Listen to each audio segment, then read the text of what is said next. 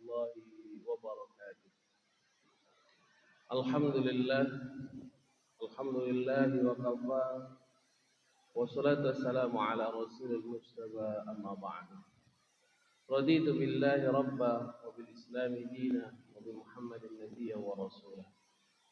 وقال الله تعالى في كتابه الكريم: أعوذ بالله من الشيطان الرجيم. بسم الله الرحمن الرحيم.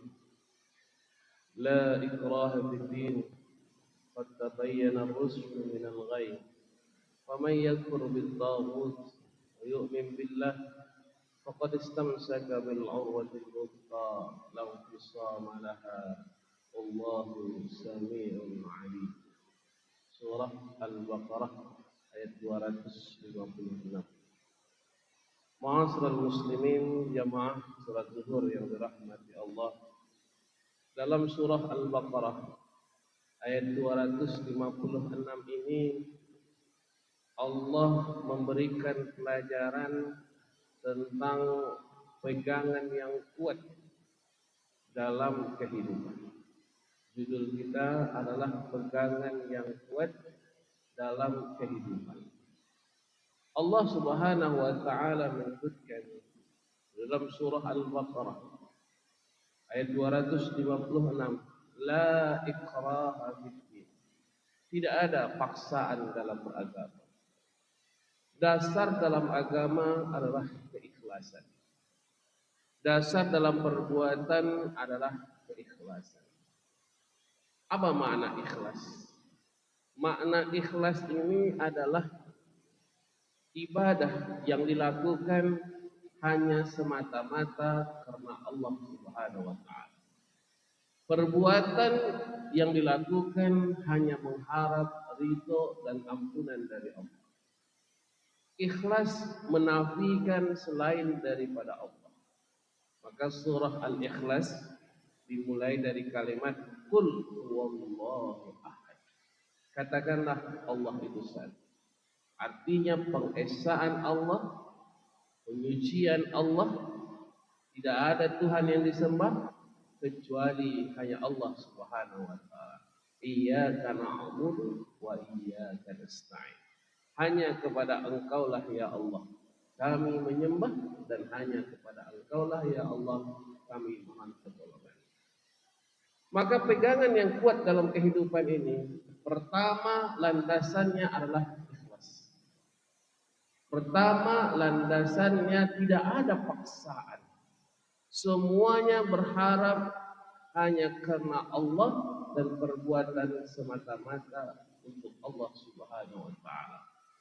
Maka ma'asyiral muslimin, jamaah Rasul yang dirahmati Allah, dalam peristiwa Isra dan Mi'raj ini, dalam peristiwa Isra dan Mi'raj itu memberikan pelajaran yang luar biasa kepada Rasulullah dan kepada kita semua tentang nilai-nilai salat.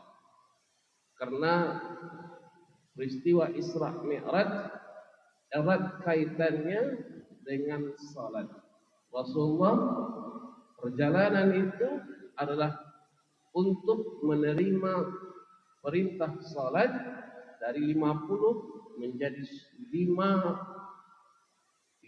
kali sehari semalam, dan itu dilakukan harus karena ikhlas demi Allah Subhanahu wa taala.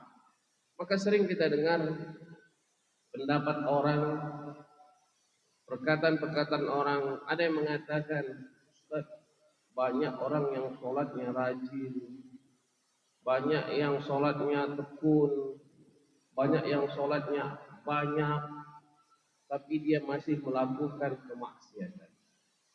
Banyak yang rajin ibadah sholat, bahkan sholat malam, sholat semacam sholat tahajud, sholat rawatib, setiap hari dia sholat, tapi masih suka menggunjing orang. Banyak yang melakukan sholat, tetapi masih sering bermusuhan dengan suami, istri, dan lain sebagainya. Apa sebabnya ini semua? Dasarnya, penyebabnya adalah ibadahnya belum ikhlas karena karena Allah Subhanahu wa taala. Ibadahnya, landasan daripada ibadah adalah keikhlasan. La ikraha fiddin. Enggak ada paksaan. Semuanya harus karena Allah. Semuanya landasannya disebabkan oleh Allah. Yang diharap hanyalah Allah. Maka ibadahnya menjadi ibadah yang sia-sia. Maka dalam surah Al-Ma'un Allah Subhanahu wa taala menyebutkan fawailul lil musallin. Celakalah orang yang salat. Kenapa pula orang yang salat disebutkan Allah sebagai orang yang celaka? Ternyata Allah menyebutkan alladzina hum fawailul lil musallin alladzina hum an salatihim sahun. Ternyata kenapa orang celaka orang yang salat?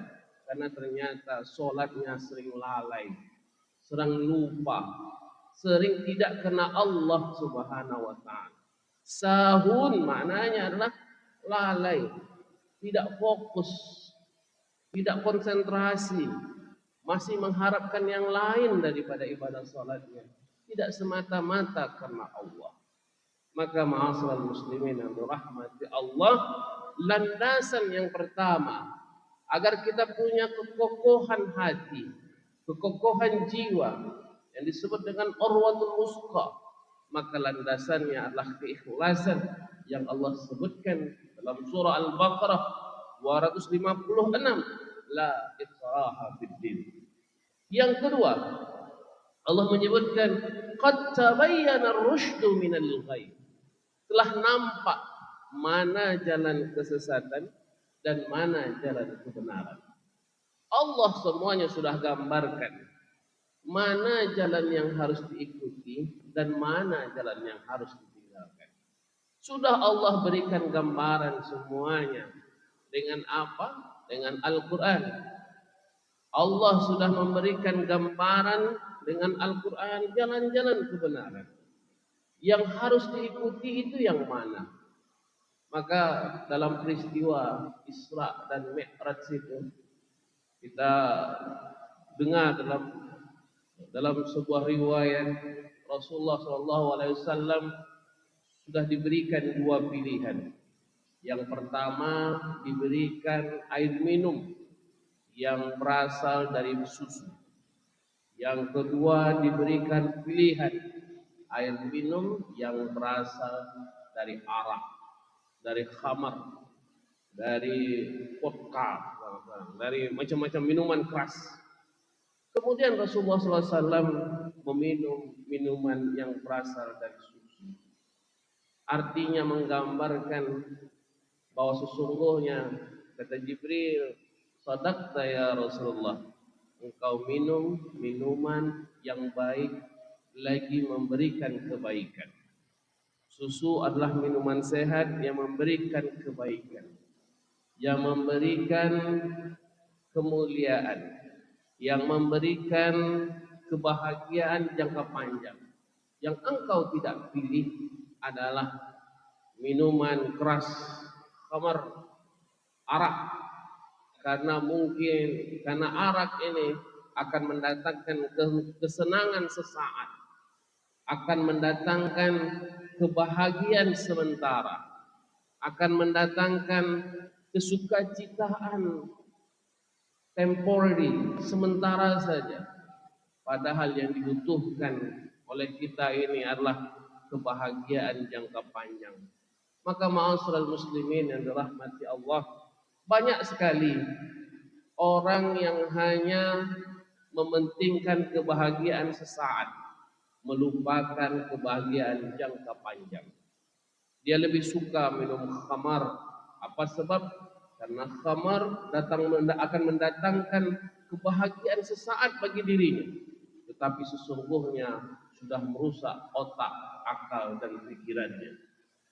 Banyak sebagian orang ingin mencari harta dengan jalan instan, dengan jalan cepat, dengan jalan menipu.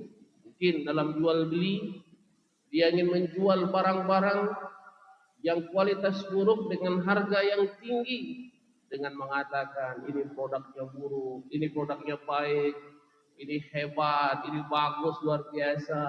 Padahal ini berasal dari produk-produk yang buruk, produk-produk orang-orang akan kecewa. Mungkin dia akan mendapatkan keuntungan sesaat.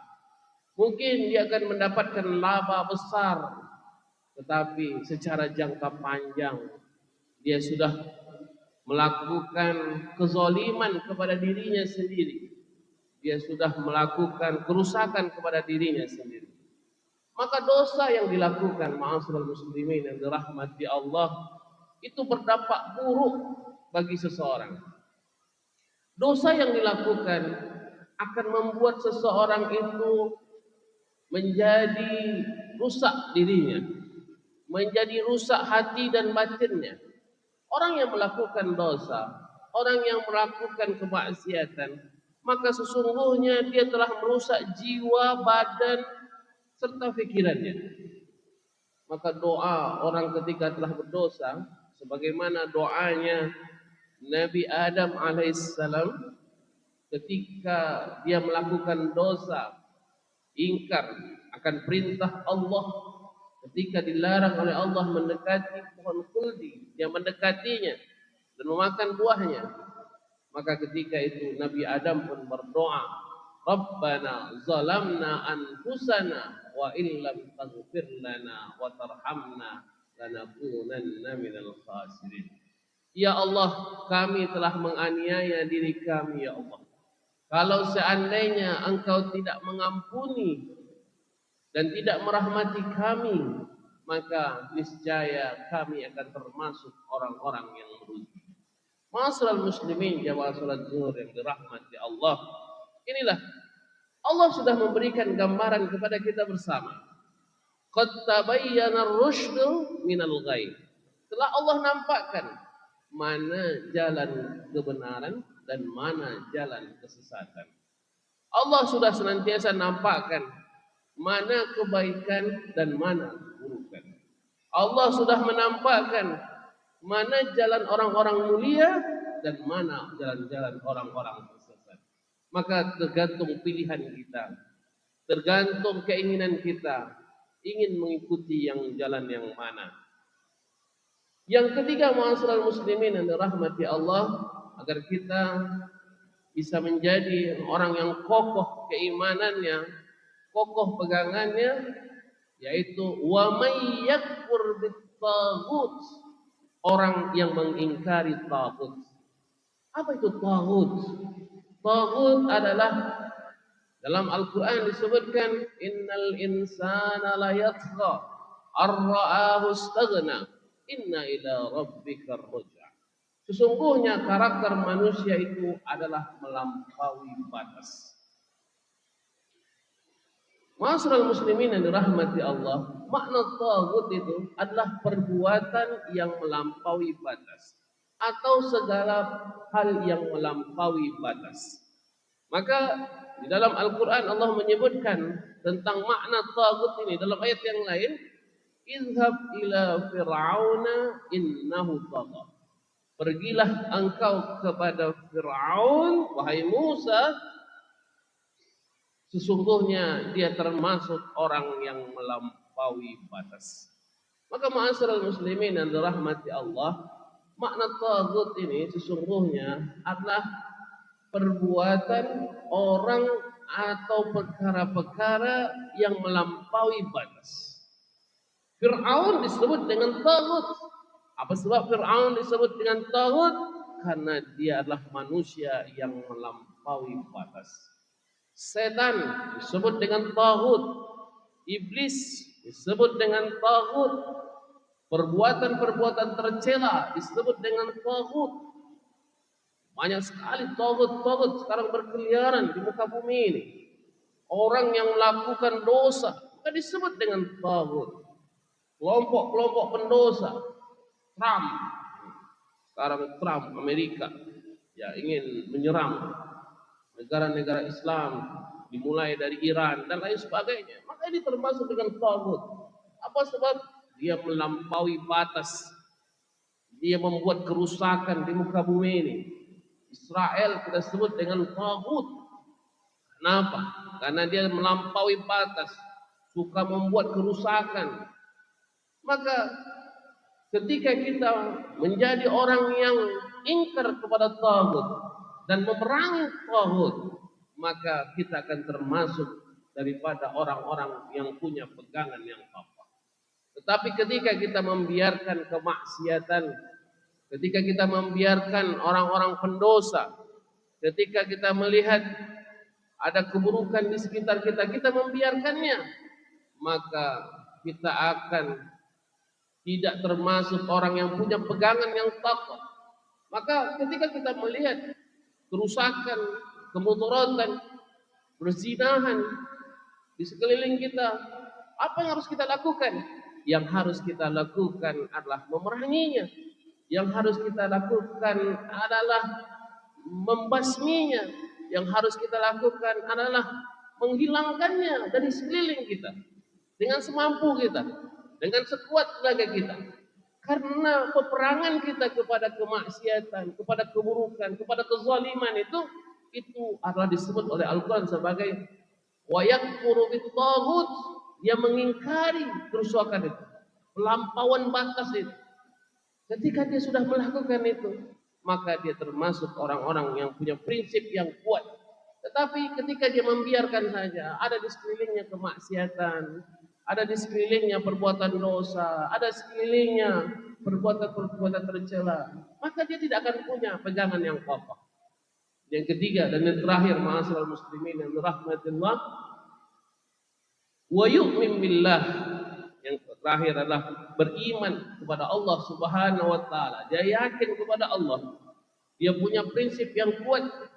Dan inilah dalam peristiwa Isra dan Mi'raj, ketika Rasulullah SAW pulang dari Isra dan Mi'raj, dan pagi harinya dia menceritakan tentang peristiwa Isra dan Mi'raj, hampir semua orang ketika itu tidak percaya bagaimana Rasul dalam satu malam melakukan perjalanan yang sungguh sangat jauh sekali dari Masjidil Haram ke Masjidil Aqsa, kemudian naik ke langit sampai ke Sidratul Muntaha, kemudian dia pulang lagi hanya dalam waktu satu malam. Akal orang tidak dapat menerimanya.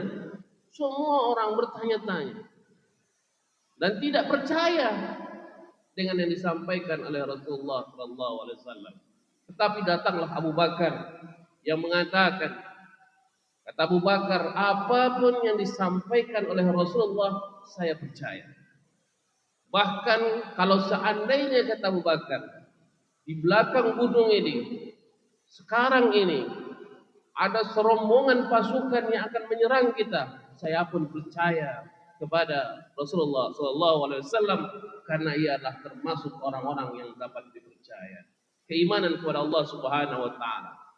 Maka orang yang punya 4 prinsip inilah, kata Allah, disebutkan qad istamsaka bil urwatil wusqa. Mereka punya pegangan yang kokoh. Ketika dia punya 4 hal ini, maka dia telah berpegang kepada pegangan yang kokoh, lang fisama laha, dan dia tidak akan pernah bisa terlepas daripadanya. Dia punya kekuatan hati, kekuatan batin, kekuatan jiwa. Wallahu sami'un alim. Sungguhnya Allah Maha mendengar lagi Maha mengetahui. Nasrun minallah wa fathun qarib wa basyiril mu'minin.